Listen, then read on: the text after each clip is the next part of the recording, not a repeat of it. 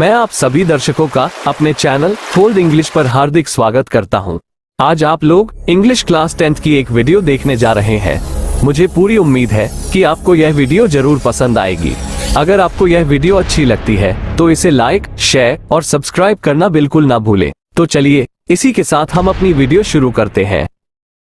ये जो चैप्टर आप पढ़ने जा रहे हैं, इस चैप्टर का नाम है द सर्मन एट बनारस और इसके राइटर हैं बेटी रेनशॉ। इस चैप्टर में दिखाया गया है कि गौतम बुद्ध ने अपना पहला उपदेश बनारस में दिया था और उस उपदेश के दौरान उन्होंने जो बातें कही थी वो कितनी बुद्धिमानी और ज्ञान से भरी हुई हैं।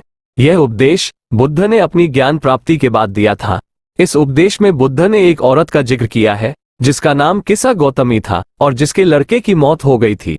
इस उपदेश में उन्होंने बताया है कि हमें मौत को लेकर दुखी या चिंतित नहीं होना चाहिए, चाहे वो मौत किसी की भी हो। मौत से बच पाना किसी के लिए भी संभव नहीं है और सभी जीवित प्राणियों की मौत निश्चित है। केवल अपने दुखों के ऊपर विजय प्राप्त करने के बाद ही हम दुखों से मुक्ति पा सकते हैं और तभी हमें मानसिक शांति प्राप्त हो सकती है। इस चैप्टर में दो कैरेक्टर्स हैं। पहले कैरेक्टर का नाम है बुद्धा। इन्होंने ही बुद्धिज्म की शुरुआत की थी। यह एक आध्यात्मिक गुरु थे जिन्होंने संसार के दुखों और लालच को देखकर आत्मज्ञान की प्राप्ति की थी ताकि वे लोगों के दुखों को दूर कर सके।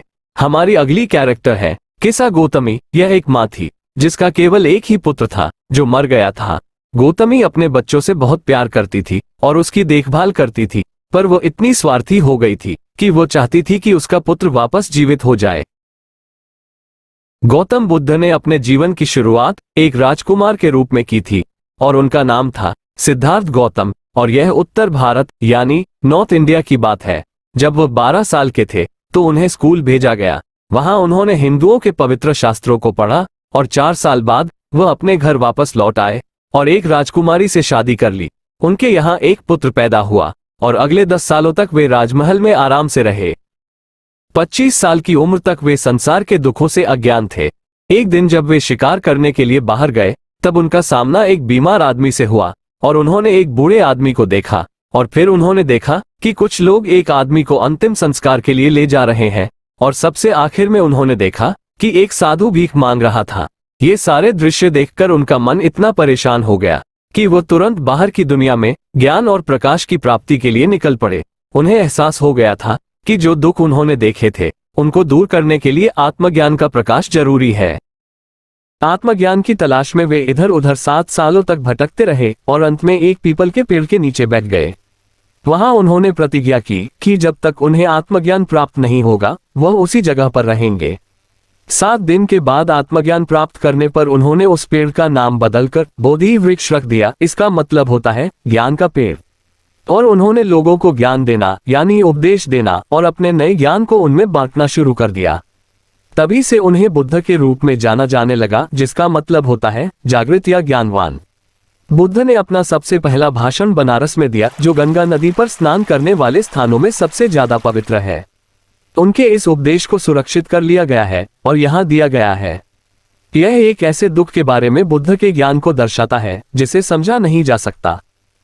ये कहानी एक औरत के बारे में है जिसका नाम था किसा गौतमी। उसका केवल एक ही लड़का था और वह मर गया। अपने पुत्र के मर जाने पर वह इतनी ज्यादा दुखी हो गई थी कि वह अपने मरे हुए बच्चे को लेकर अपने सभी पड़ोसियों के पास इधर उधर गई और उन लोगों से कहा कि मेरे पुत्र को दवा देकर इसे दोबारा जीवित कर दो। लोगों ने कहा कि यह अपने आपे से बाहर हो गई है, यह अपने होश में नहीं है, बच्चा मर चुका है। आखिर में किसा गौतमी एक आदमी से मिली जिसने उसकी प्रार्थना का जवाब दिया। उसने कहा कि मैं तेरे बच्चे को दवा नहीं दे सकता, लेकिन मैं एक ऐसे वैद्य या चिकित्सक को जानता हूँ जो ये काम कर सकता है। अगर यह वीडियो आपको अच्छी लगती है तो प्लीज इसे लाइक करें और हमारे चैनल को सब्सक्राइब कर लें। और लड़की ने उससे पूछा, कृपया करके मुझे बताओ श्रीमान वह कौन है। और तब उस आदमी ने जवाब दिया कि तुम शाक्य मुनि बुद्ध के पास जाओ। गौतमी बुद्ध के पास गई और रोते हुए उनसे बोली, हे मेरे प्रभु, मेरे मालिक, कृपा करके मुझे वो दवा दे दें जिससे मेरा बच्चा ठीक हो जाए। उसकी यह बात सुनकर बुद्ध ने जवाब दिया, ठीक है, इसके लिए मुझे 1 मुट्ठी भर सरसों के बीज चाहिए। ये बात सुनकर किसा गौतमी खुश हो गई और उसने बुद्ध से वादा किया कि वो इसे लाकर दे देगी। फिर बुद्ध ने उससे कहा, लेकिन ये सरसों के बीज किसी ऐसे घर से लाने होंगे जहां कभी किसी ने अपना बच्चा नहीं खोया हो, ना ही किसी ने अपना पति खोया हो, और ना ही किसी ने अपने माँ बाप या अपने किसी मित्र को खोया हो। बेचारी किसा गौतमी अब घर घर गई। वो एक घर से दूसरे घर और दूसरे घर से तीसरे घर इसी तरह जाती रही।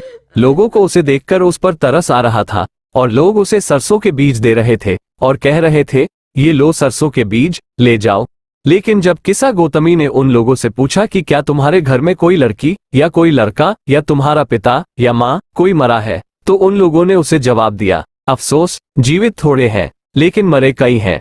हमें हमारे गहरे दुख की याद मत दिलवाओ। और ऐसा कोई घर नहीं था जहां किसी के प्रियजन की मौत नहीं हुई थी।